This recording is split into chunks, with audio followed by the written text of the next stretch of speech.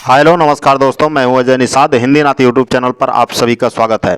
यदि आप TGT PGT की तैयारी कर रहे हैं तो ये वीडियो आपके लिए बहुत ही फायदेमंद होने वाला है। एक मॉडल पेपर के जैसा इसमें 125 क्वेश्चन होने वाला है, जिसका हम कम समय में विश्लेषण करने वाले हैं। आइए शुरू करते हैं। पहला क्वेश्चन, बलदेव खटीक किसकी कविता है? चार ऑप्शन है आपके सामने, बताना है बलदेव खटीक किसकी रचना है। तो यह लीलाधर जुड़ीक की रचना है, विकल्प बी सही है। इनकी एक दो रचनाओं की बात करें तो नाटक जारी है और बची हुई पृथ्वी। नाटक जारी है, बची हुई पृथ्वी आप याद कर लीजिए। संदर्भ के लेखक कौन है? संदर्भ के लेखक चार ऑप्शन आपके सामने हैं और डॉक्टर बीना जी हैं, विकल्प ए सही है। इनकी एक प्रसिद्ध रचना है पुनर्वास का दंड। प्रयाग रामागमन के लेखक कौन है, ये बताना है आपको और विकल्प सी सही है। यहाँ पे प्रेमघन जी हैं, प्रेमघन बद्री नारायण चौधरी प्रेमघन ये कहते हैं। इनकी कई रचनाएं जैसे भारत सौभाग्य, जीर्ण जनपद, आनंद कादम्बनी और नागरी नीरद, यह एक पत्र है। मधुमालती के रचनाकार कौन है? कई बार आ चुका है, मंझन जी हैं, विकल्प ए सही है। कुतुबन की एक रचना मृगावती और मुल्ला दाऊद की एक रचना चंदायन, जायसी की एक रचना पद्मावत है। ठीक, मधुमालती की रचनाकार मंझन जी हैं। आत्मजयी के लेखक कौन है? आत्मजयी के लेखक बता दें हम, और कुंवर नारायण जी हैं, विकल्प ए सही है। कोई दूसरा नहीं, ये इनकी एक प्रसिद्ध रचना है, कोई दूसरा नहीं। ठंडा लोहा के रचनाकार का नाम बताइए आप। ठंडा लोहा जो है यह धर्मवीर भारती की रचना है, विकल्प बी सही है। इनकी कई रचनाएं जैसे अंधा युग, सात गीत वर्ष, कनुप्रिया, गुनाहों का देवता। यदि आप टेस्ट फॉर्म में देना चाहते हैं तो अगला क्वेश्चन यानी कि जो हम पढ़ रहे हैं उससे थोड़ा सा आगे चलिए तो आप उसको कवर कर पाएंगे। किसान के रचनाकार कौन है? बता दें किसान के रचनाकार मैथिली शरण गुप्त जी हैं, विकल्प ए सही है, मैथिली शरण गुप्त।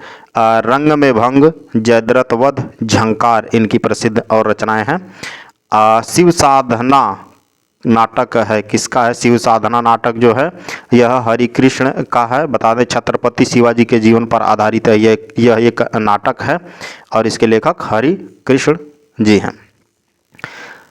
अनमेजय का नाग यज्ञ के लेखक बताइए। अनमेजय का नाग यज्ञ जो है यह प्रसाद द्वारा है, जयशंकर प्रसाद द्वारा रचित है, विकल्प सी सही है।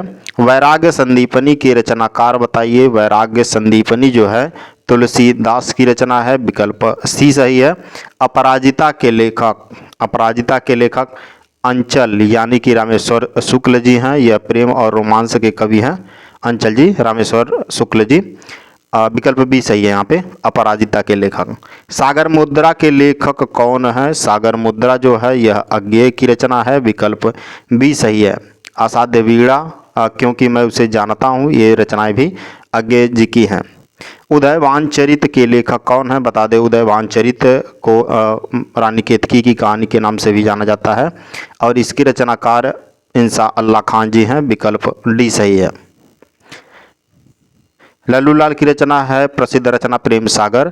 सदन मिश्र का है नासिकोतोपाख्यान और सुख सागर जो है सुखलाल जी का है और डी विकल्प यहाँ पे सही है। उदयवान चरित यानी कि रानी केतकी की कहानी के लेखक मुंशी ईसा अल्लाह खां जी हैं।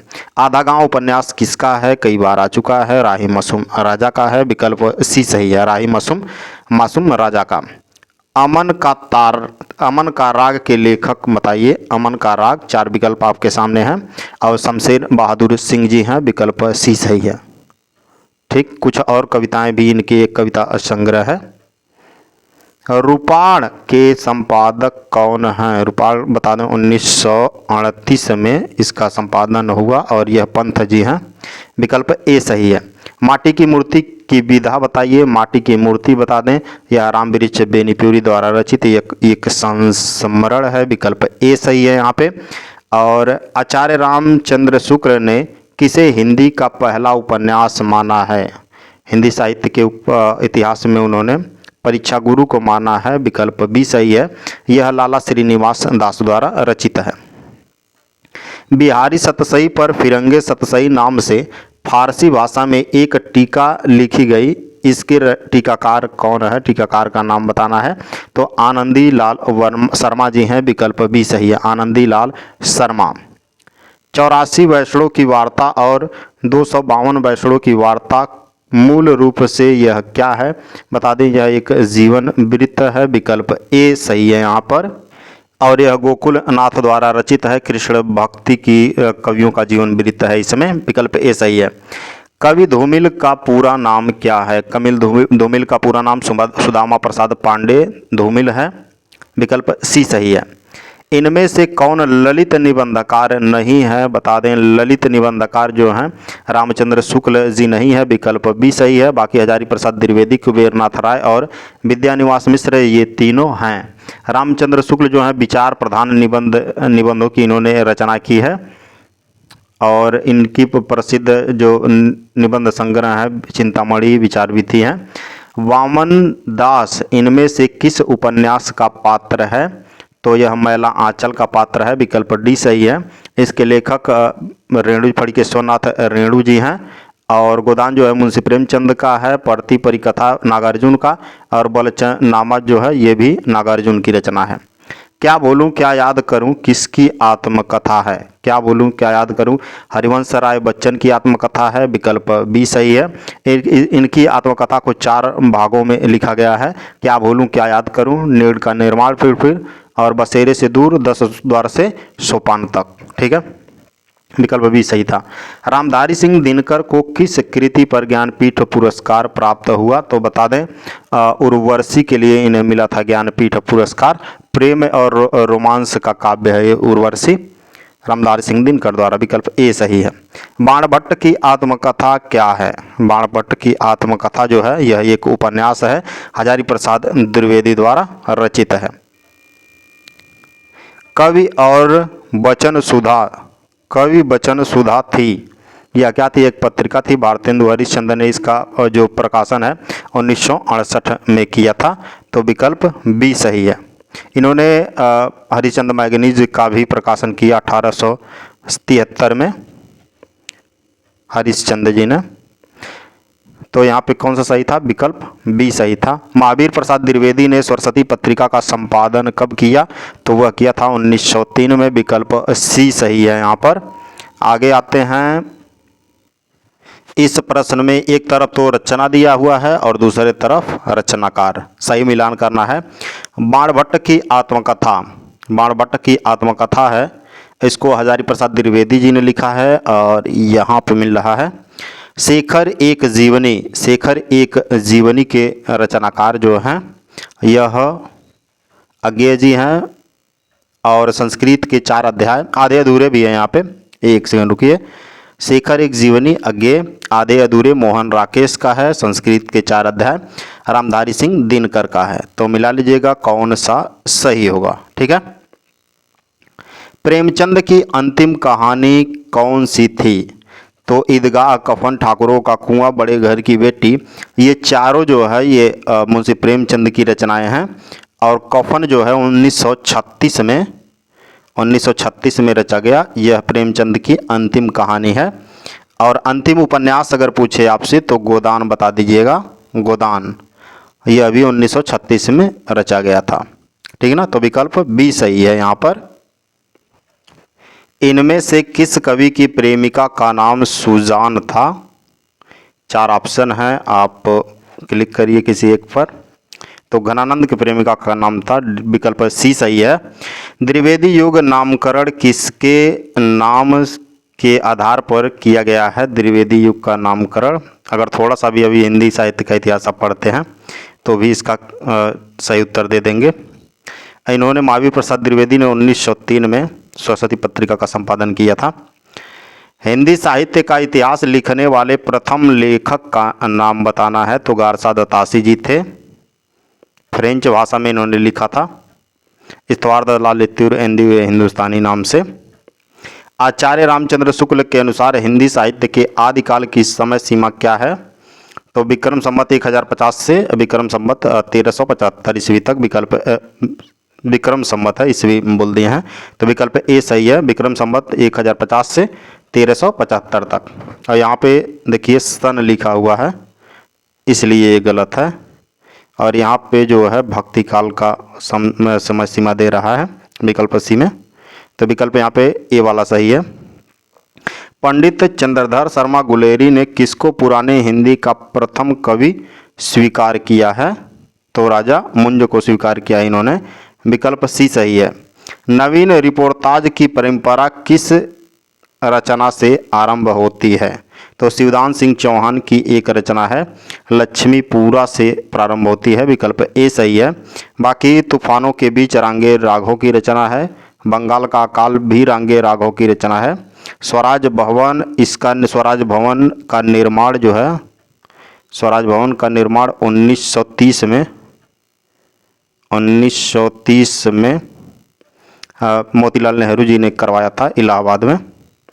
विकल्प डी सही है। निम्नलिखित में से अष्टछाप के अंतर्गत न पढ़ने वाले कवि का नाम बताइए। अष्टछाप के अंतर्गत नहीं पढ़ते हैं तो पक्षक, नचगच्छ, ये 8 कवि थे उसमें, और सुंदरदास उसमें नहीं आते हैं। यह संत परंपरा के काफ़ी पढ़े लिखे कवि थे। विकल्प बी सही है यहाँ पे। खड़ी बोली हिंदी का प्रथम महाकाव्य क्या है? खड़ी बोली हिंदी का प्रथम महाकाव्य प्रिय प्रवास को माना जाता है। हरिऔध की रचना है यह। साकेत मैथिली शरणगुप्त की, और कामायनी जो है यह जयशंकर प्रसाद का रचना है, और रामचरितमानस तुलसीदास की रचना है। किस काव्य कृति पर अज्ञेय को ज्ञानपीठ पुरस्कार मिला था? तो बता दें कितनी नावों में कितनी बार जो है यह अज्ञेय की रचना है, और 1978 का जो पुरस्कार है ज्ञानपीठ का, वह कितनी नावों में कितनी बार के लिए अज्ञेय को मिला था। ठीक ना। बाकी ये सब रचनाएं भी इन्हीं की हैं। सागर मुद्रा, इत्यलम, आंगन के पार, द्वार, अज्ञेय की रचनाएं हैं सभी। सच्चिदानंद, हीरानंद, वात्स्यायन, अज्ञेय। निम्नलिखित में से किस कवि ने सिर्फ अवधी भाषा में ही रचना की है? कबीर की भाषा सदुक्कड़ी पंचमेल खिचड़ी है। सूरदास की प्रमुख भाषा ब्रज है। तुलसीदास की प्रमुख भाषा अवधी, और जायसी की प्रमुख भाषा है जो यह अवधी है। तो सबसे ज़्यादा और सिर्फ अवधी में रचना की है वह जायसी जी ने की है। तुलसी की भाषा प्रमुख रूप से अवधी है, लेकिन इन्होंने ब्रज भाषा में भी काफ़ी रचनाएं की हैं। तो यहाँ पे विकल्प डी सही है, जायसी। इनकी अगर रचनाओं की बात करें तो कई हैं, जैसे पद्मावत है, आखिरी कलाम है, चित्ररेखा, कहरनामा, मसलनामा, कनावत है इनकी रचनाएं। निम्नलिखित कथनों पर विचार कीजिए। परख उपन्यास में विधवा नारी की मानसिक स्थिति का चित्रण है। इसमें जैनेंद्र प्रेम व विवाह को 2 भिन्न समांतर स्थितियों में स्वीकार करते हैं, और यह बिल्कुल सही है। परख जो है उपन्यास यह जैनेंद्र का है, और विधवा नारी की मानसिक स्थिति का चित्रण है इसमें। झरोखे उपन्यास के लेखक जो हैं यह जैनेंद्र जी इसमें कहा है, गलत है, जैनेंद्र जी नहीं है, भीष्म साहनी जी हैं। ठीक है, तो विकल्प जो है ए वाला सिर्फ सही है, झरोखे भीष्म साहनी का है। निम्नलिखित कथनों पर विचार कीजिए। सबसे प्राचीन कहानी एक टोकरी भर मिट्टी यहाँ पे कह रहा है, तो यह सही नहीं है। और सबसे जो प्राचीन कहानी है वह, पहले बता दें, एक टोकरी भर कहानी, एक टोकरी भर मिट्टी जो है यह माधव स्प्रे की रचना है, और रानी केतकी कहानी सन 1901 में प्रकाशित हुई है, यह भी गलत है। इसका रचना काल जो है यह 1803 या 1808 माना जाता है। ठीक ना, तो ये दोनों विकल्प जो हैं वो गलत हैं। निम्नलिखित युग्मों पर विचार कीजिए आप। तो एक जमींदार का दृष्टांत, यह किसकी कहानी है बताना है। तो यह रेवरेंड के जे न्यूटन की कहानी है, रेवरेंड जे न्यूटन। राजा भोज का सपना जो है शिव प्रसाद सितारे हिंद की कहानी है। एक अद्भुत अपूर्व स्वप्न भारतेंदु हरिश्चंद्र की कहानी है। अब मिलान कर लीजिए आप कौन सा सही होगा। तो सिर्फ एक ही विकल्प यहाँ पे मिला हुआ था पहले, दूसरा वाला। बाकी हम बताए हैं एक जमींदार का दृष्टांत रेवरेंड जे न्यूटन का है, और एक अद्भुत अपूर्व स्वप्न भारतेंदु हरिश्चंद्र जी का है। तो यहाँ पे केवल दूसरा ही मिला हुआ था। इंदुमती कहानी के विषय में निम्नलिखित कथनों पर विचार करिए।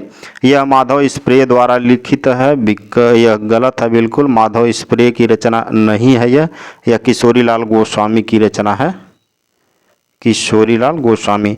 यह सन 1900 में लिखा गया, यह भी सही है। शुक्ल जी का मानना है कि इंदुमती शेक्सपियर की प्रसिद्ध कहानी द टेम्पेस्ट से प्रभावित किसी बंगला रचना के अनुकरण पर लिखी गई है, यह सही है। आप कंफर्म करके बताइए क्या 1900 में यह लिखा गया या नहीं।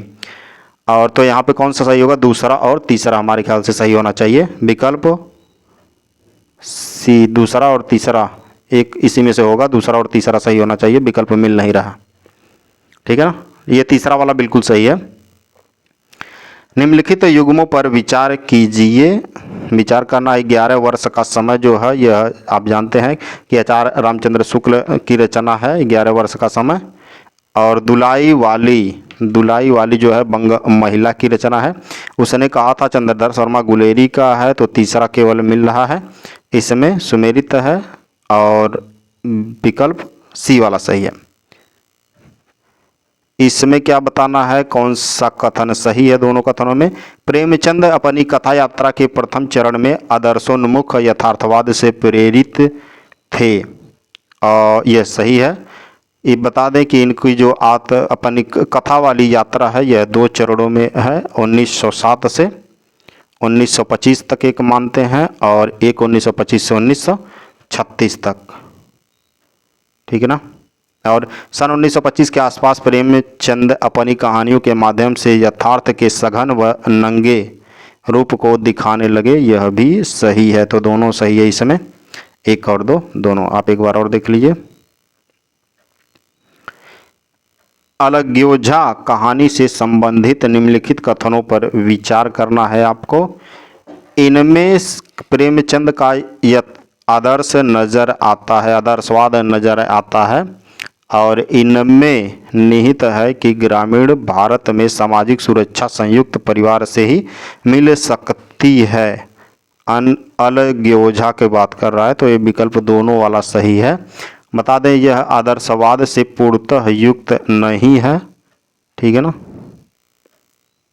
आदर्शवाद से पूर्णतः मुक्त नहीं है यह। ठीक है ना, इसीलिए इसमें कहा है आदर्शवाद नजर आता है, तो दोनों सही है इसमें, विकल्प सी सही है।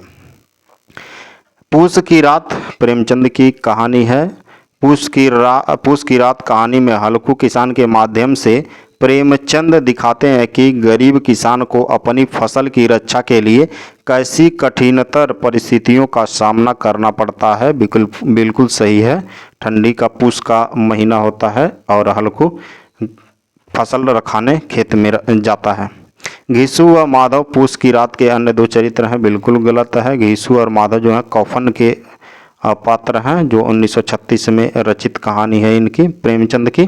तो विकल्प एक सही होगा इसमें। निम्नलिखित युग्मों पर विचार करना है। यहाँ पे बताना है आपको कि ताई जो कहानी है किसके द्वारा रचित है, बता दें विश्वंभर नाथ शर्मा द्वारा रचित है ताई कहानी। हार की जीत सुदर्शन का है, तो दूसरा मिल रहा है। और जानवी जो है जैनेन्द्र की रचना है कहानी, तो यहाँ पे सिर्फ दूसरा मिल रहा था, विकल्प दूसरा सही हो गया। बाकी ताई विश्वंभरनाथ शर्मा का है, और हार की जीत सुदर्शन का, जानवी जैनेन्द्र का है। कहानीकार अज्ञेय का पहला कहानी संग्रह कौन सा है, तो बता दें त्रिपथगा है, विकल्प सी सही है। और यहाँ पे परंपरा जो है यह वो दुनिया यशपाल की रचना है। जयदोल और परंपरा जो है यह अज्ञेय की रचनाएं हैं। और एक देखो वो दुनिया जो है यशपाल का है। इसी तरह देहाती दुनिया अगर कह दे तो यह शिव पूजन सहाय की रचना है देहाती दुनिया, और वो दुनिया यशपाल की रचना है। तो यहाँ पे विकल्प सी सही था। निम्नलिखित युग्मों पर विचार कीजिए। कहानी संग्रह एक तरफ दिया हुआ है और दूसरे तरफ विषय दिया हुआ है, किस विषय से संबंधित है यह कहानी। तो मेजर चौधरी की वापसी, यह बता दें अज्ञेय की रचना है, चौधरी मेजर की वापसी। और यह संबंधित किससे है, यहाँ पे 4 जो विकल्प थे, पहले बता दें रचनाओं के बारे में। परंपरा जो कहानी संग्रह यह धर्मवीर भारती का है। पुलिस की सीटी अज्ञे की कहानी है, पुलिस की सीटी। और अब इधर आते हैं विषय, मध्य वर्ग के सामाजिक पक्ष का चित्रण जो है यह परंपरा कहानी से संबंधित है। व्यक्ति के अंतर्मन का सूक्ष्म विश्लेषण, यह मेजर चौधरी की वापसी से संबंधित है। क्रांतिकारी राष्ट्रवादी, यह पुलिस की सीटी से संबंधित है।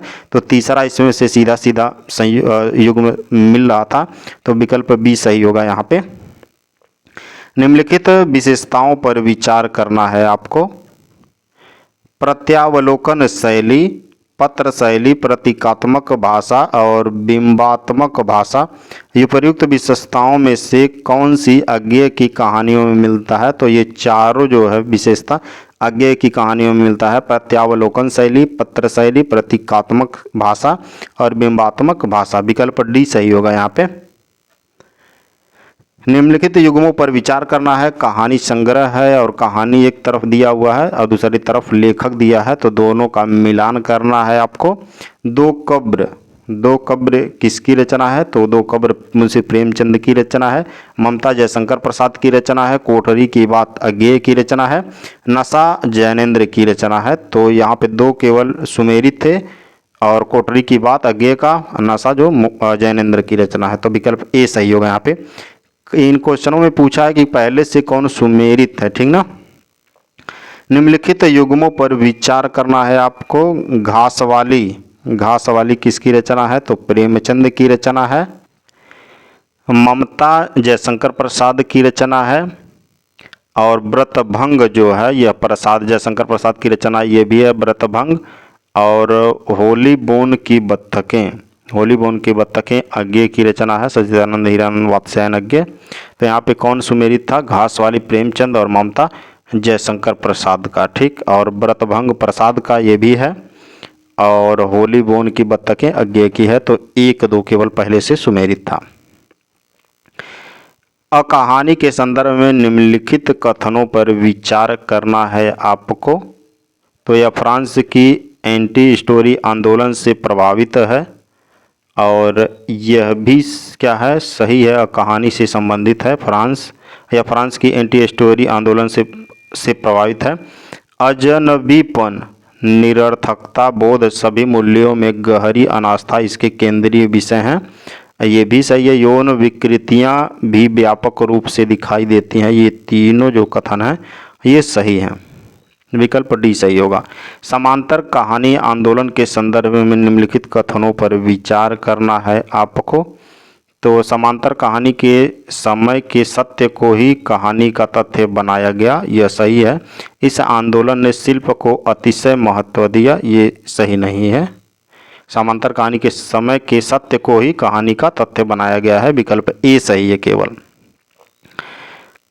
निम्नलिखित युग्मों पर विचार करना है आपको। तो क्या कौन सा सुमेरित है? पहले से ही।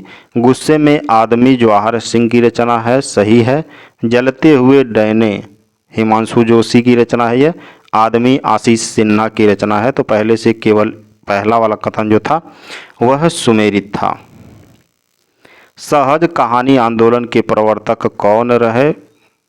सहज जो है तो बता दें कि अमृत राय ने कहा है कि वह कोई आंदोलन नहीं है सहज कहानी, और यह अमृत राय ही इसके प्रवर्तक हैं। विकल्प सी सही है। नासिरा शर्मा व रमेश बत्रा इसके प्रमुख लेखक हैं सहज कहानी आंदोलन के। निम्नलिखित में से किस नवजागरण कालीन नेता ने भारतीय एकता कैसे हो इस विषय पर निबंध लिखकर प्रतिपादित किया है कि उपाय यह है कि भारत में एक ही भाषा का व्यवहार हो? तो यह केशव चंद्र सेन जी थे, ठीक है। विकल्प बी सही है। निम्नलिखित कथनों पर विचार कीजिए। बड़े घर की बेटी मुंशी प्रेमचंद की कहानी है। कहानी संयुक्त परिवार के प्रति प्रेमचंद की आस्था प्रकट करती है।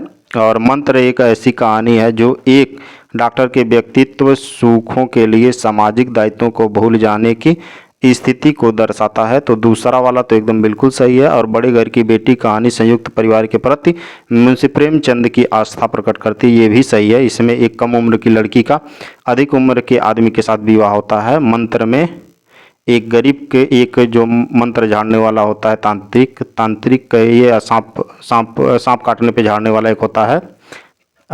उसके लड़का बीमार पड़ जाता है तो डॉक्टर चड्ढा क्या कहते हैं, मैं आपका इलाज नहीं करूंगा, बच्चा मर जाता है। और कुछ दिनों के बाद डॉक्टर के बच्चे को जब सांप काट लेता है तो वही जिसका बच्चा मर गया था तांत्रिक आकर उसके बच्चे की, डॉक्टर के बच्चे की जान बचाता है। तो यहाँ पे दोनों सही है, विकल्प सी सही है। यहाँ पे वो दुनिया पराया सुख व फूलों का कुर्ता किसकी कहानी है, पहले आ चुका है, यशपाल की कहानी है, विकल्प ए सही है। यहाँ पे यशपाल का है। ठीक, फूलों का कुर्ता देखिए कितना मस्त है। निम्नलिखित कथनों पर विचार करना है आपको। छाया संग्रह की कहानियाँ प्रेमवृत्त पर आधारित हैं। यह छाया जो है जयशंकर प्रसाद की रचना है। रानी सारंधा आनंदी मर्यादा की बेटी कहानियाँ मानवीय मूल्यों की स्थापना से जुड़ी हुई हैं, विकल्प दोनों सही है। ठीक, निम्नलिखित कथनों पर विचार कीजिए। आंधी कहानी संग्रह जैनेन्द्र का है, बिल्कुल गलत, जैनेन्द्र का नहीं है, जयशंकर प्रसाद का है। प्रारब्ध नागपूजा ज्वालामुखी कहानियाँ प्रसाद की हैं, प्रसाद की नहीं है, यह प्रारब्ध नागपूजा और ज्वालामुखी ये तीनों कहानियाँ मुंशी प्रेमचंद जी की है। तो यदि दोनों विकल्प क्या था, दोनों ही कथन गलत था। ठीक है ना, आंधी जयशंकर प्रसाद का और प्रारंभ नागपूजा ज्वालामुखी मुंशी प्रेमचंद का होता तो सही होता। सक्रिय कहानी आंदोलन के प्रवर्तक कौन है, बता दें। सक्रिय कहानी आंदोलन का जो सूत्रपात है 1962 में हुआ। ठीक, मंच नामक एक पत्रिका थी, उसी के माध्यम से शुरू हुआ था और राकेश वत्स ने किया था, विकल्प डी सही है। अगर इनकी रचनाओं की बात करें तो एक दो देख लो। हमें अपनी लड़ाई खुद लड़नी है, एक न एक दिन, दो रचनाएं। निम्नलिखित कथनों पर विचार कीजिए। बूढ़ी काकी कहानी में वृद्धों की समस्या को उभारा गया है, बिल्कुल सही बात है। और मुक्तिपथ एक अपराधी के हृदय परिवर्तन की कहानी है। मुक्तिपथ एक अपराधी के हृदय के परिवर्तन की कहानी है, सही है। जो बूढ़ी काकी था वो मुंशी प्रेमचंद का है। और मुक्तिपथ यह ईलाचंद जोशी की रचना है। तो यहाँ पे दोनों सही है। ठीक है, जो दोनों कथन कहा गया है वह सही है। आकाशदीप कहानी संग्रह से संबंधित निम्नलिखित कथनों में कौन असत्य है, असत्य बताना है कौन सा है। तो आकाशदीप के बारे में, यह संग्रह अज्ञेय का है, बिल्कुल गलत। यह जो संग्रह है आकाशदीप कहानी संग्रह, यह जयशंकर प्रसाद जी का है। ठीक है ना, तो ये गलत हो गया पहला और यही सही हो गया। इनमें संकलित कहानियों में मानसिक द्वंद्व उभर कर आता है। संवेदना की दृष्टि से इनमें करुणा और अवसाद की अभिव्यक्ति हुई है। इनमें प्रेम और घृणा की गहन आवेशमयता की गहरी टकराहट है। ये तीनों सही है और पहला जो था गलत था, वह अज्ञेय का नहीं, जयशंकर प्रसाद जी का है आकाशदीप कहानी संग्रह। निम्नलिखित कथनों पर विचार करना है आपको। प्रेमचंद से पूर्व हिंदी गद्य क्षेत्र में राजा लक्ष्मण सिंह संस्कृतनिष्ठ हिंदी का प्रयोग कर रहे थे। तो यह सही है। प्रेमचंद से पूर्व जो राजा लक्ष्मण सिंह जो थे वो अपनी भाषा में संस्कृतनिष्ठ हिंदी का प्रयोग अधिकतर कर रहे थे। प्रेमचंद ने राजा लक्ष्मण सिंह की परंपरा का अनुसरण किया, गलत है। वह संस्कृतनिष्ठ का प्रयोग नहीं करते थे मुंशी प्रेमचंद, यह ठेठ हिंदुस्तानी ठेठ हिंदी भाषा का प्रयोग करते थे मुंशी प्रेमचंद। ठीक ना, तो विकल्प ए सही होगा पूर्णतः। निम्नलिखित कथनों पर विचार करना है। पाजेब में पुरुषों की विध्वंसक प्रवृत्ति और नारी की सर्जन प्रकृति का द्वंद्व दिखाया गया है, नहीं। पाजेब जो है ना, पाजेब में बच्चों पर बड़ों के वर्चस्व की कथा चित्रित है। जो दूसरे वाले कथन में दिया है वो पाजेब का है। और खेल में पुरुषों की विध्वंसक प्रवृत्ति और नारी की सर्जन प्रकृति का द्वंद्व दिखाया गया है।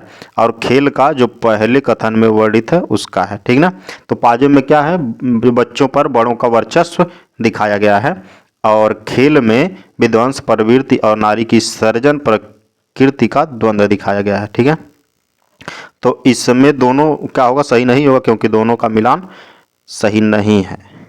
निम्नलिखित कथनों पर विचार करना है। शंखनाद पूर्व संस्कार, बौड़म, गरीब की हाय, महातीर्थ, जयशंकर प्रसाद की कहानियां हैं। तो ये इसमें बता दें, यह जयशंकर प्रसाद का न होकर मुंशी प्रेमचंद का है। ठीक है। शंखनाद, पूर्व संस्कार, बौड़म, गरीब की हाय, महातीर्थ, यह जयशंकर प्रसाद का नहीं, मुंशी प्रेमचंद जी का है। प्रतिद्वंद कहानी संग्रह जयशंकर प्रसाद से संबंधित है, दूसरा वाला बिल्कुल सही है, और पहला वाला का मुंशी प्रेमचंद जी थे। सचेतन कहानी आंदोलन किसके द्वारा प्रारंभ किया गया? सचेतन कहानी आंदोलन जो है 1960 में प्रारंभ हुआ था, महिप सिंह ने किया था। विकल्प डी सही है। इनकी एक प्रसिद्ध रचना है कील। ठीक है। निम्नलिखित युग्मों पर विचार कीजिए। उलझन, उलझन किसकी रचना है? तो महीप सिंह की रचना है उलझन। उजाड़े के उल्लू, उजाले है, उजाले के उल्लू महीप सिंह की ये भी रचना है। एक वह जो है रामदरस मिश्र की रचना है, और दरार वेद शाही की रचना है। तो पहला और चौथा का मिलान पहले से ही है, तो यही विकल्प सी वाला सही हो जाएगा, और बाकी हम मिला दिए। उजाले के उल्लू महीप सिंह, और दरार वह जो है रामदरस मिश्र की रचना। ठीक ना। निम्नलिखित कथनों पर विचार करना है आपको। ठीक है, छोटा कर देंगे तो शायद दिखने में दिक्कत होगा आपको। निम्नलिखित कथनों पर विचार करना है। और नीरज सिंह की कहानी करिश्मा में गांव में व्याप्त गरीबी, भ्रष्टाचार व सामंती व्यवस्था के चित्रण के साथ उभरती जन चेतना को भी स्वर दिया गया है। सही है यह। और इजराइल, नमिता सिंह, नीरज सिंह, उमेश बत्तरा, असगर वजाहत, सूरज पालीवाल आदि कहानीकार जनवादी कहानी आंदोलन से जुड़े हैं, ये भी सही है। ये दोनों कथन जो है सही है, तो विकल्प सी वाला हो जाएगा यहाँ पे। त्यागपत्र नामक उपन्यास के लेखक जैनेन्द्र जी हैं। ठीक है। और जयवर्धन के भी, ये त्यागपत्र और जयवर्धन जो दोनों उपन्यास है, इसके रचनाकार जैनेन्द्र जी हैं। ठीक ना।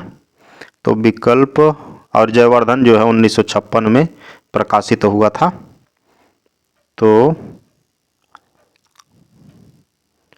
तो पहला ही सही होगा यहाँ पे, पहला कथन, क्योंकि त्यागपत्र नामक उपन्यास के लेखक जैनेन्द्र हैं, ये तो सही है। जयवर्धन उपन्यास के लेखक यशपाल यहाँ पे दिया था, इसीलिए दूसरा गलत हुआ। तो पहला क्या हुआ यहाँ पे? सही हुआ। निम्नलिखित कथनों पर विचार कीजिए। प्रेमचंद्र से पूर्व कहानी के पात्र परतंत्र एवं लोक लेखकीय आदर्शों के प्रतीक मात्र होते थे। सही है। प्रेमचंद ने पात्रों को स्वायत्तता प्रदान की, ये भी सही है। देख लीजिए, दोनों कथन सही है। प्रेमचंद जी का विकल्प सी सही है। निम्नलिखित कथनों पर विचार करना है आपको। प्रेमचंद पूर्व युग की कहानियां रोमानियत आदर्शों व मनोरंजन से जुड़ी हुई थी, और प्रेमचंद युग की कहानियां समाज को व्यापक संदर्भों से जोड़ रही थी। ये दोनों विकल्प जो कथन है सही है, विकल्प सी सही होगा यहाँ पे।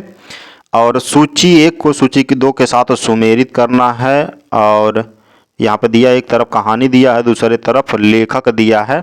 तो राखी बंद भाई किसकी रचना है? वृंदावन लाल वर्मा की रचना है, पहले का दूसरे के साथ। और गुलबहार किशोरी लाल गोस्वामी की रचना है। प्लेग की चुड़ैल मास्टर भगवान दास की ही रचना है, और ग्राम जयशंकर प्रसाद की रचना है। तो देखिए कौन मिल रहा है, पहला दूसरे के साथ, दूसरा पहले के साथ, तीसरा तीसरे, और चौथा चौथे के साथ। विकल्प बी सही होगा यहाँ। निम्नलिखित कथनों पर विचार करना है आपको।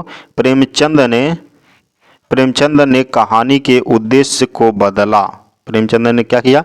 कहानी के उद्देश्य को बदला। बता दें, प्रेमचंद पूर्व का काल हिंदी कहानी का शैशव काल कहा जाता है। और यहाँ पे अब आते हैं, प्रेमचंद ने कहानी के उद्देश्य को बदला। और दूसरा कथन है, प्रेमचंद ने अपनी कहानियों में कथावस्तु तथा विषय वस्तु अपनी पूर्व काल की कहानियों से ही लिया, इस क्षेत्र में कोई परिवर्तन नहीं किया। तो इसमें सिर्फ एक वाला सही है विकल्प कथन, तो विकल्प ए सही हो जाएगा। ठीक ना। प्रेमचंद ने कहानी के उद्देश्य को बदला है। ठीक, ये गलत है। और प्रेमचंद की प्रथम कहानी कौन सी है? बता दें। प्रेमचंद की प्रथम कहानी है संसार का सबसे अनमोल रत्न। विकल्प बी सही है। उसने कहा था चंद्रधर शर्मा गुलेरी की रचना है, ग्राम जयशंकर प्रसाद की रचना है और पुरस्कार भी। तो और बता दें, ये जो संसार का पहला अनमोल रत्न मुंशी प्रेमचंद की पहली कहानी है वह 1907 में रची गई है।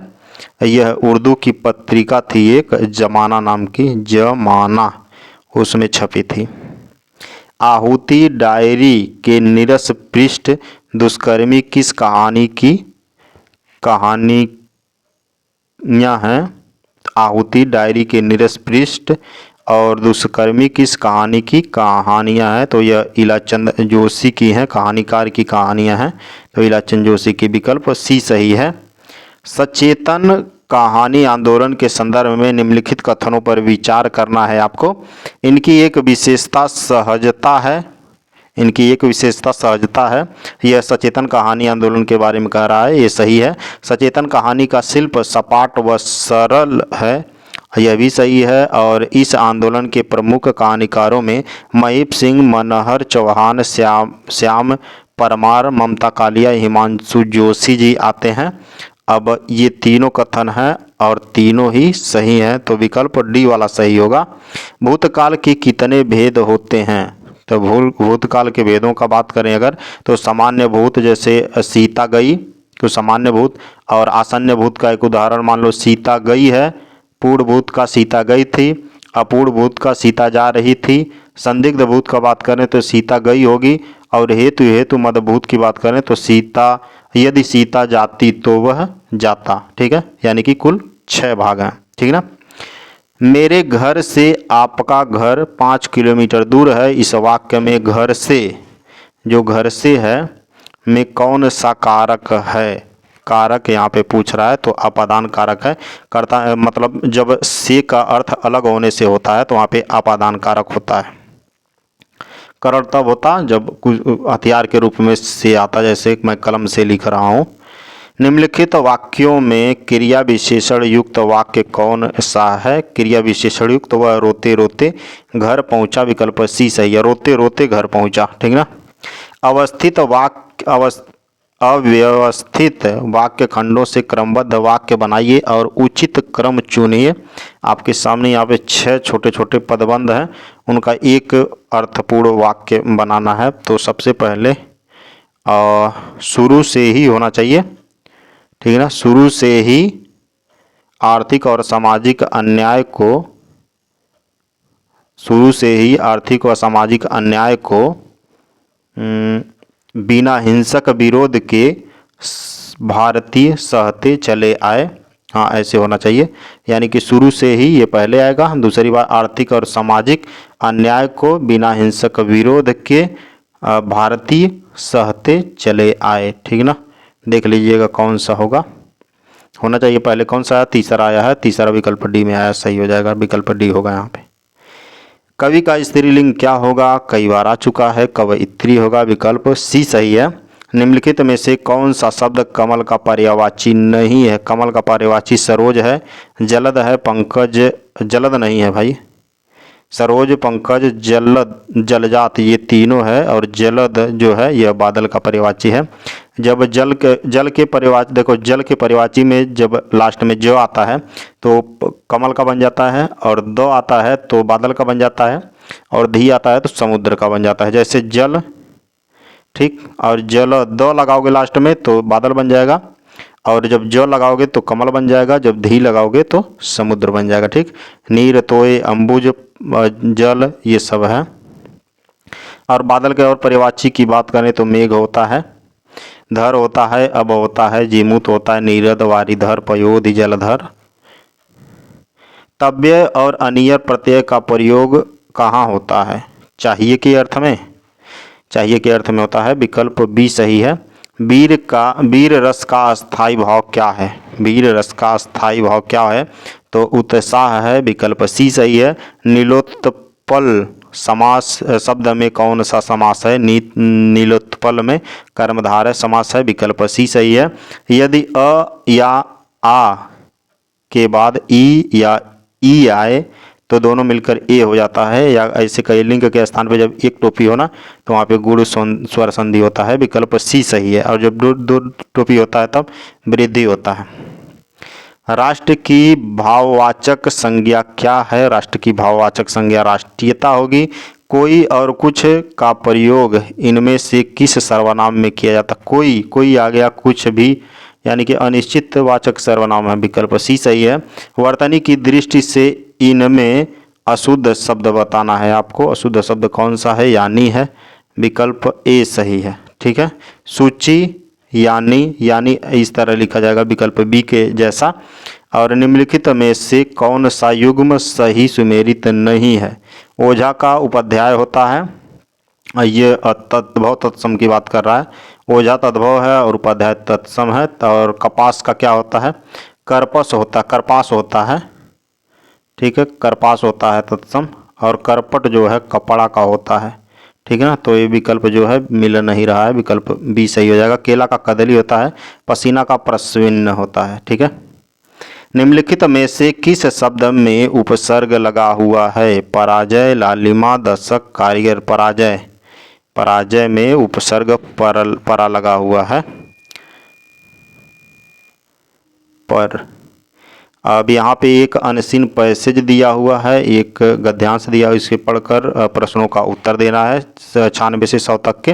तो सबसे पहले हम आपको सजेस्ट करेंगे कि इसका प्रश्न देख लीजिए, उसके बाद गद्यांश को पढ़ लीजिएगा।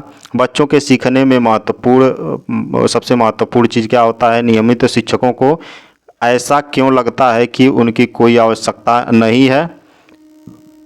प्रत्येक छात्र छात्रा की भावना की कद्र होती है किस चीज़ में? और शिक्षक और छात्रों के बीच संबंध लेखक को प्रिय हैं। और शिक्षक विद्यालय के बाद भी बच्चों से रिश्ता बनाए रखता है किस प्रकार? ठीक है, ये सब प्रश्न है और इसको पढ़ के उत्तर देना है। तो आइए पढ़ते हैं पहले, उसके बाद इसका आंसर लगाएंगे। सबसे महत्वपूर्ण बात इस प्रशिक्षण के दौरान सामने आई वह थी छात्रों तथा शिक्षकों के बीच परस्पर संबंध। हमने अध्यापकों को इस बात के लिए प्रोत्साहित किया था जो कि वे प्रत्येक छात्र की भावना की कद्र करें तथा यह देखें कि छात्र क्या चाहता है। यदि एक बार छात्र शिक्षक से डरना बंद कर देता है तथा दोनों के बीच एक दोस्ताना रिश्ता कायम हो जाता है। कौन सा रिश्ता? दोस्ताना रिश्ता पूछा है। तो छात्र छात्रा के लिए सीखना आनंददायक और आसान हो जाता है। शिक्षक की निकटता और उपस्थिति बहुत महत्वपूर्ण होती है, चाहे वह कक्षा में बैठकर हो या स्कूल के बाद खेल के मैदान में। इससे शिक्षक एवं छात्र एक दूसरे के निकट आ जाते हैं तथा छात्र के संपूर्ण विकास में इसका बहुत योगदान रहता है। दूसरा महत्वपूर्ण पहलू यह है कि शासकीय शिक्षकों के साथ भी एक रिश्ता बनाए रखना चाहिए, क्योंकि समांतर शिक्षकों के रहते नियमित शिक्षक प्रायः समझने लगते हैं कि समांतर शिक्षकों को उनकी कोई आवश्यकता नहीं है। यह भी पूछा है। और एक तरह से वे निश्चित हो जाते हैं तथा सारा काम समांतर शिक्षकों पर डाल देते हैं। अब बच्चों के सीखने में सबसे महत्वपूर्ण क्या चीज़ है? शिक्षक और बच्चों के बीच मित्रवत संबंध। विकल्प सी सही होगा। आप वैसे भी उसका आंसर दे सकते हैं, लेकिन गद्यांश के अकॉर्डिंग देंगे तो सबसे सटीक है। निम्नलिखित शिक्षकों को ऐसा क्यों लगता है कि उनकी कोई आवश्यकता नहीं है? समांतर शिक्षकों पर पूर्ण निश्चित होकर काम डाल दिया जाता है तब। तो विकल्प यहाँ पे ए वाला सही है। प्रत्येक छात्र छात्रा की भावना की कद्र होती है, उनकी बातों को ध्यान से सुनने से और यह जानने से कि वे क्या जानते हैं, यह भी सही है। और उनका सामना करने से, उपरोक्त सभी से। शिक्षक और छात्र के बीच संबंध लेखक को प्रिय है, मित्रवत संबंध। विकल्प ए सही है। और शिक्षक विद्यालय के बाद भी बच्चों से रिश्ता बनाए रखता है। ऐसा करना ठीक है क्योंकि शिक्षक की जिम्मेदारी विद्यालय के बाद समाप्त नहीं हो सकती। विकल्प सी सही है यहाँ पे। ठीक ना। प्रेमचंद का भाषा संबंधी लेख है। अब ये गद्यांश का क्वेश्चन नहीं है, 100 तक ही था। प्रेमचंद का भाषा संबंधी लेख क्या है? तो राष्ट्रभाषा हिंदी और उनकी समस्याएं, ये तो यह है। कौमी भाषा के विषय में कुछ विचार और हिंदी उर्दू की एकता, ये तीनों है। तो विकल्प डी सही है। भाषा के बारे में वैसा लेख लिखते हैं। नमक का दरोगा कहानी का संदेश क्या है? नमक का दरोगा का कहानी का संदेश जो है, 4 विकल्प हैं आपके सामने। आप थोड़ा सा हमसे आगे रहेंगे 5-10 सेकंड तो सही होगा। निडरता से कर्तव्य परायणता का है, विकल्प ए सही है। सूरदास की झोपड़ी कहानी में यह सुभागी को बहका ले जाने का जारिबाना है। इस पंक्ति में जारिबाना संबंध क्या है? जारिबाना मतलब जुर्माना है, विकल्प ए सही है। और जयशंकर प्रसाद के उन 2 नाटकों का नाम बताइए जो मूलतः इतिहास पर आधारित हैं। वह कौन से नाटक हैं जो मूलतः इतिहास पर आधारित हैं? कामना और एक घूंट, विकल्प ए सही है। लेखक जैनेन्द्र कुमार द्वारा रचित बाजार दर्शन में जेब भारी हो और मन खाली हो, ऐसी हालात से जादू का असर खूब होता है। यह किस जादू की बात की गई है? तो बाजार की चकाचौंध का जादू, विकल्प बी सही है। अज्ञेय सच्चा लेखक किसे मानते हैं? अज्ञेय जो सच्चा लेखक है और जो आंतरिक दबाव में लिखा गया हो, जो आंतरिक दबाव में लिखा गया हो, इसे मानते हैं, विकल्प ए सही है। अज्ञेय जी के द्वारा। मन्नू भंडारी की कहानियों की विशेषता कैसी है? तो पारिवारिक जीवन प्रधान, नारी जीवन प्रधान, सामाजिक जीवन प्रधान, और विकल्प डी सही है, यानी कि ये तीनों। रजनी पटकथा में मन्नू भंडारी ने किस बुराई पर ध्यान आकृष्ट किया है? तो शिक्षा के व्यवसायीकरण पर, विकल्प भी सही है। एक कहानी यह भी आत्मकथा में लेखिका मन्नू भंडारी के पिता की सबसे बड़ी दुर्बलता क्या थी? 4 ऑप्शन है आपके सामने। यस, लिप्सा थी, विकल्प ए सही है। मेरे बचपन के दिन संस्मरण में महादेवी वर्मा अपने परिवार में लड़की के रूप में कितने वर्षों बाद पैदा हुई हैं? यह इस संस्मरण की बात कर रहा है, मेरे बचपन के दिन की। तो 200 वर्ष बाद पैदा हुई है लड़की के रूप में। संवदिया कहानी में बंधुआ का साग खाकर कौन जीविका चला रहा है?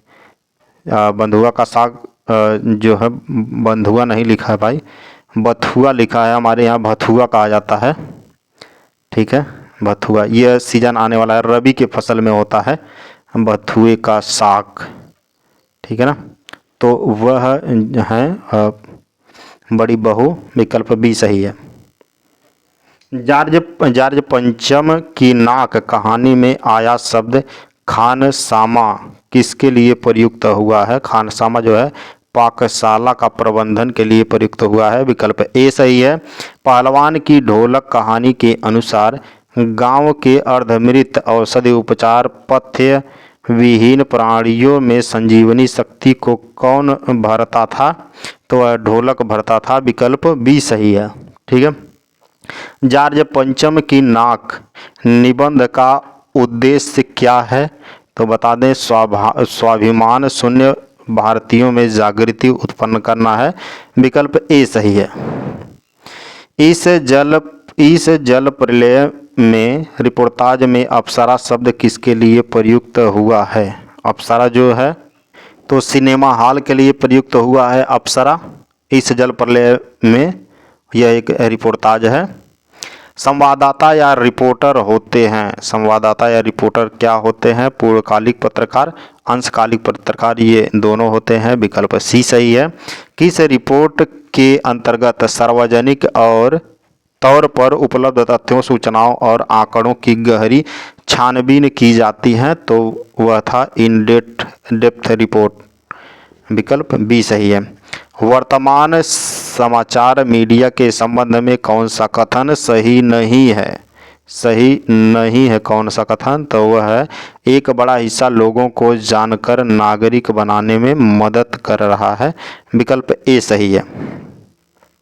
समाचार लेखन का प्रारंभ जिन व्यक्तियों से होता है वह क्या कहलाता है? तो इंट्रो कहलाता है, इंट्रो, विकल्प बी सही है। इनमें से कौन सा कथन समाचार के लक्षणों को निर्दिष्ट नहीं करता है तो वह समाचार साहित्य का एक अंग है। नहीं करता है, ठीक है, बाकी तीनों करता है तो उसको देखते हैं। समाचार किसी घटना, विचार या समस्या की रिपोर्ट है। समाचार में अधिकाधिक लोगों की रुचि होती है। समाचार से अधिकाधिक लोग प्रभावित होते हैं। ये तीनों सही है, ठीक है। समाचार के ये लक्षण हैं। इस पत्र में पाने वाले अधिकारी को नाम या उपनाम से संबोधित किया जाता है। यह कथन किस पर लागू होता है? इसका मतलब इन विकल्पों की ओर इंगित कर रहा है, तो वह अर्ध सरकारी पत्र पर लागू होता है। विकल्प ए सही है। शब्दकोश की दृष्टि से शब्दों का सही क्रम क्या होगा? शब्दों का सही क्रम होगा विकल्प सी सही है। कंठस्थ, कमल, कलंक और कलई, ठीक ना। शब्दकोश की दृष्टि से शब्दों का सही क्रम किस विकल्प में होगा? उत्कंठा, उत्क्षिप्त, उद्योग और उद्वेग, ठीक है। विकल्प ए सही है यहाँ पे।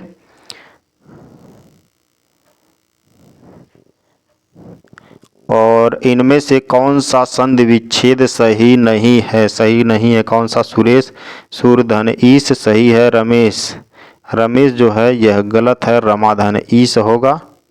विकल्प बी सही है। यानी कि यहाँ पे महेश, जैसे महेश से महाधनीश वैसे रमेश का रमाधन ईश होना चाहिए। नागेश का नागधन ईश, ये भी सही है। तो विकल्प यहाँ पे बी सही था गलत होने के कारण। इनमें से कौन सा संधि शब्द गलत है? सत धन शिव, सचिव, पितृधन उपदेश, पितृपदेश और सतधर्म सतधर्म हो जाएगा तो कदम में बदल जाएगा। सतमार्ग होना चाहिए। तो विकल्प यहाँ पे डी वाला जो है सही है। यहाँ पर सदमार्ग न होकर के सन्मार्ग होना चाहिए था।